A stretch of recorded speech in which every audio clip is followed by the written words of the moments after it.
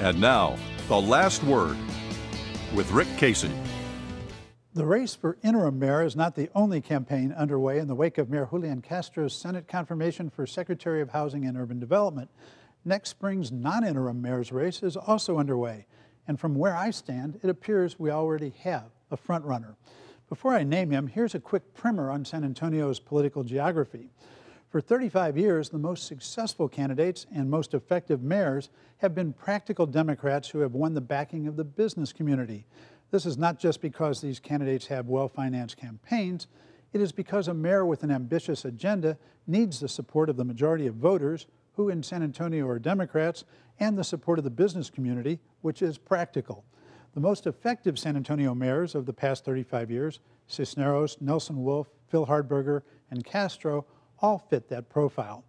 For the past 10 years, the best political harbinger of business support is Mike Belden, head of one of the city's largest roofing companies, former chairman of the Greater San Antonio Chamber of Commerce, and former chairman of the Edwards Aquifer Authority. In 2005, he served as treasurer and finance director for Phil Hardberger's campaign against a young Castro. 4 years later, he did the same for Castro in his successful campaign against Trish DeBerry.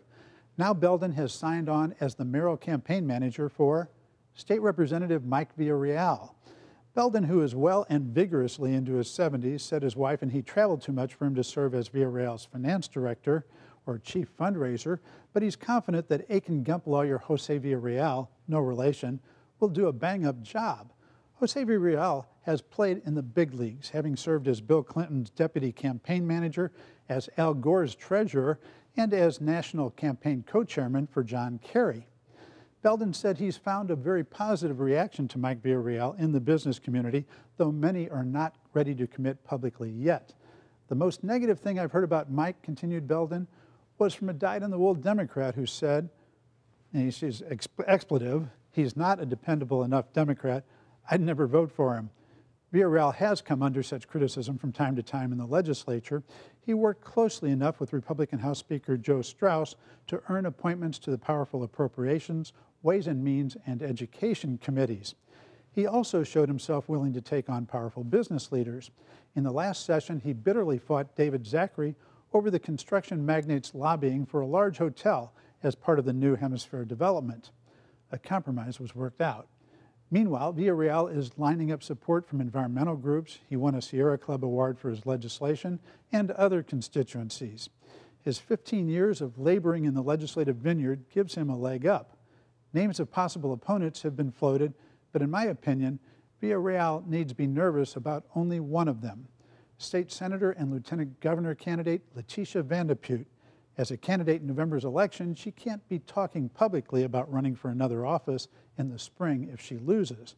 But she reportedly has told some friends she is interested in a mayor's race and others that she isn't. She denied interest last month to Express News columnist Brian Chasnoff, saying, "I'm of the legislature." If she does lose, she still has 2 years left in her Senate term. But it would not be a happy place under Lieutenant Governor Dan Patrick for any Democrat, much less the one who lost to him.